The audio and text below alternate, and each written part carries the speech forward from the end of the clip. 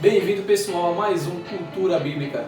Hoje, eu, Jordan, e meu amigo aqui, Júnior Marques, iremos falar sobre os épicos bíblicos.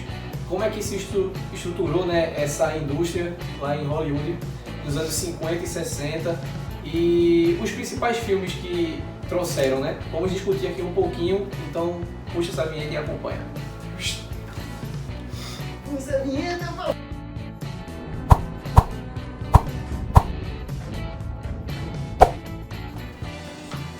Então, pessoal, na década de 50 e 60 a gente teve um boom aí dos filmes épicos, que foram os filmes, né, inspirados na Bíblia. Não quer dizer que as histórias inteiramente fossem baseadas em fatos bíblicos e tal, mas sempre tem elementos bíblicos ali. E se você pensa, né, que Vingadores Ultimato é aquele filme, né, estrondoso, eles são para os dias de hoje.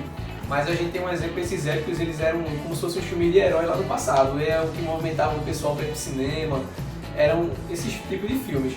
Eles são filmes que praticamente, em sua grande maioria, demandam de um grande investimento, né? Porque geralmente ele é transportado, né, geralmente ele é ambientado em épocas de império, de grandes reis, grandes acontecimentos históricos, e ali os personagens são inseridos nesses fatos. E a gente tem esse investimento justamente para dar conta, né, dessa grandiosidade, reinos são apresentados e geralmente demandava também muitos figurantes, né, para poder passar aquela ideia de grandiosidade. O termo épico, né, ele vem do grego antigo, épicos, que se referencia, né, a tudo que é contado com narração em versos, e ele era originalmente usado, né, para falar das poesias épicas, né, dos poemas épicos, na verdade. E que trazia as histórias, né, que grandes épicos que a gente conhece são a Ilíada e a Odisseia. E também ele foi muito relacionado, né, à história, né, dos mitos antigos, né? E a gente pode citar como exemplo, né, a Ilíada e a Odisseia. E esse termo deu origem, né, ao herói épico clássico que apareceu, né, através dessas histórias. Como herói épico, a gente pode citar Hércules, Aquiles e Ulisses, né?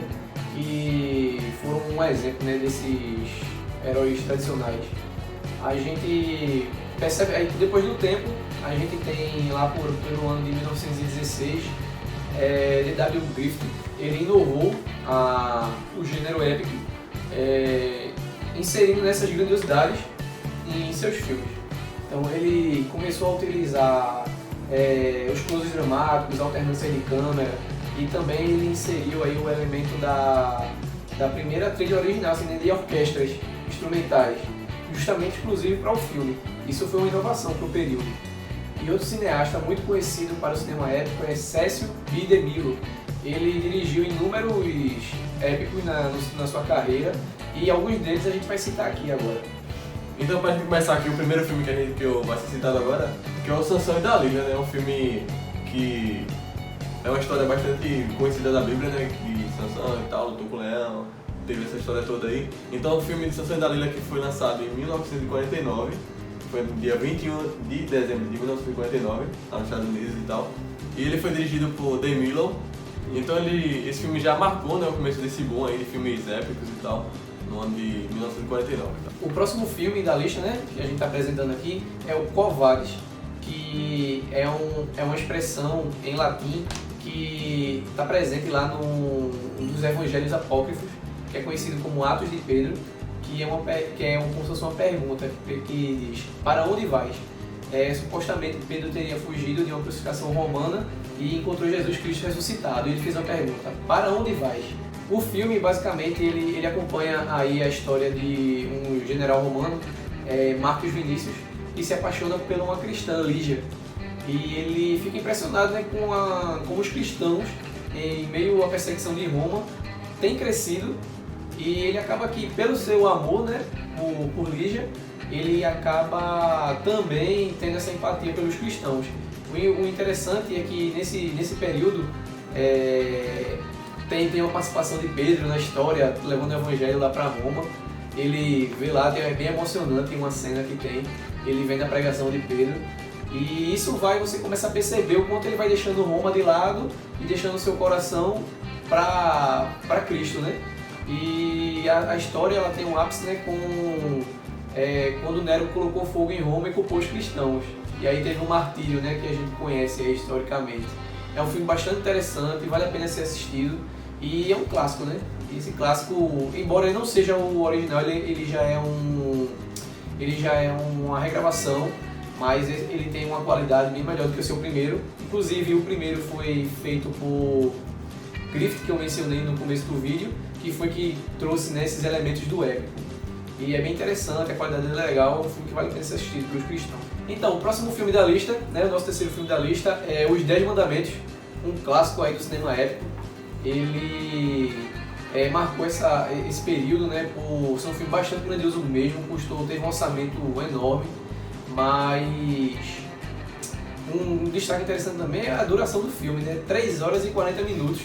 Pra quem acha, né, que Vingadores Ultimato aí é um filme muito longo e tal, é porque não assistiu Os 10 Mandamentos. 3 horas e 40 minutos não é fácil, tanto é que era costume dos filmes, né, nesse período ter essa duração e tinha um intervalo no meio do filme. Tinha um prólogo, o pessoal ia chegando, tal, se acomodar e depois tinha um intervalo. E era uma maratona, né? Mas os filmes eram muito bons no período, era sucesso de crítica e foi protagonizado, né, por Charlton Heston, que é um cara bem famoso para o tipo de gênero. E ele, basicamente, ele também atuou em Os Planetas dos Macacos, que é um clássico também, que é dos anos 60.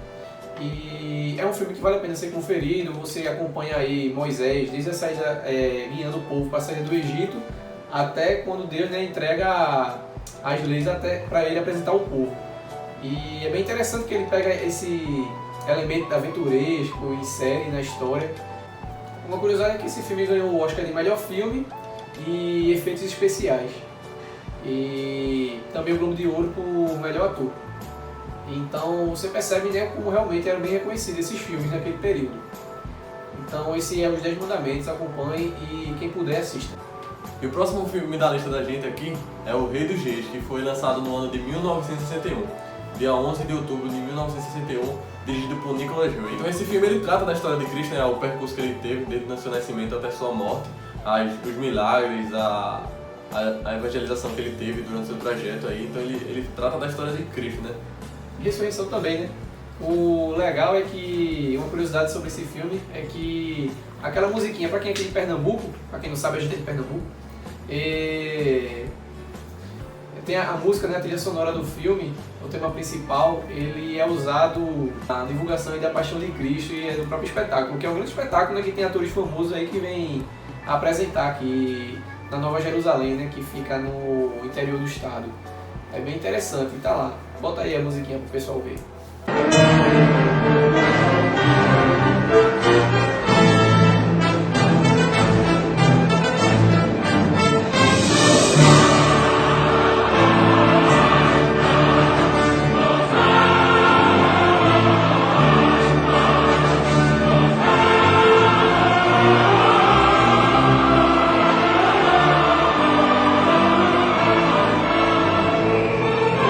Então, o último filme da lista, acho que é meu preferido, velho. Eu gosto muito dele, que é Ben-Hur. Não é aquele que passou na tela quente não, viu? Aquele ali é Nutella. É o Ben-Hur de 1959, também protagonizado por Charlton Heston.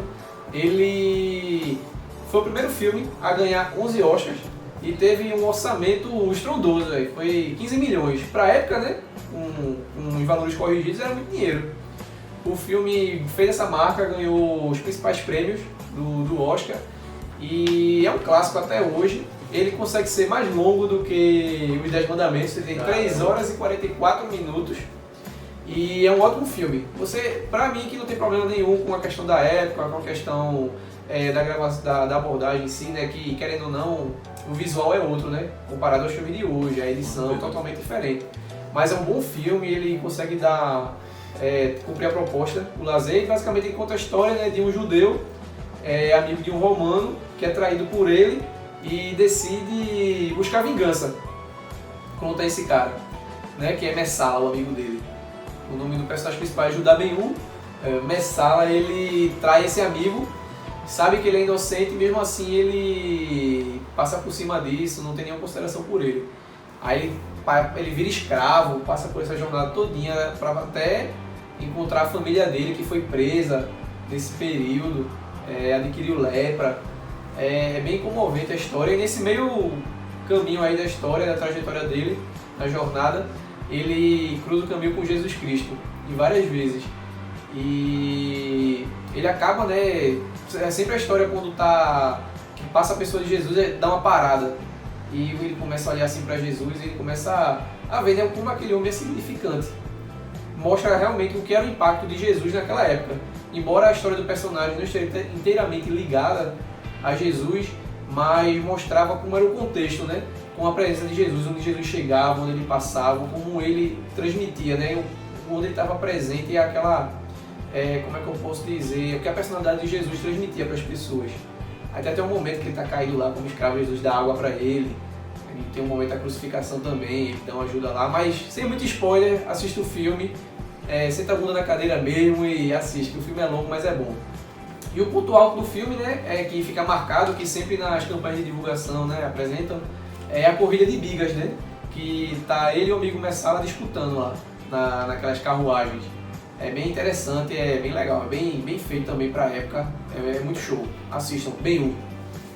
Aí na década de 60, teve uma caída nos filmes épicos, né, teve uma exaustão aí nos filmes, porque eram vários filmes para o público acompanhar, e a gente tem um exemplo aí que é Cleópatra, né, que foi de 1963, que ele deu um prejuízo muito grande à Fox, que quase foi à falência a Fox.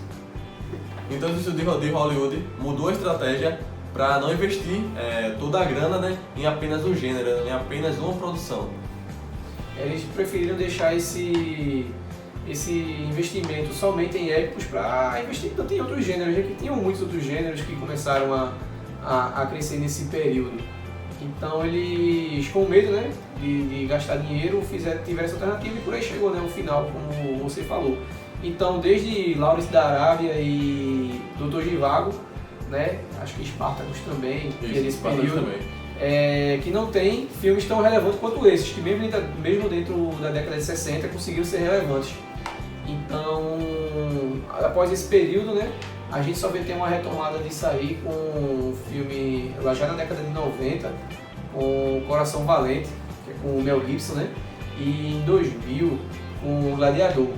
Mas desde então não tem mais um épico raiz assim desse tipo, né? A gente vê elementos do épico em alguns filmes, como a gente já citou, né? Vingadores, Ultimato, alguns filmes que trazem essa grandiosidade que eles herdaram dos épicos, como Avatar também, embora seja um filme de ficção científica, ele transporta toda essa grandiosidade, a questão do grande orçamento, a questão do estúdio estar apostando as fichas ali. Então a gente vê tudo isso. Titanic também, tá entendendo? Então são filmes que geralmente, né, eles têm um bom destaque também no Oscar, né? Tem um apelo para o grande público, então a gente vê uma retomada, só que com um visual diferente, né? Um visual mais atual, seja uma adaptação de quadrinhos, seja uma história original.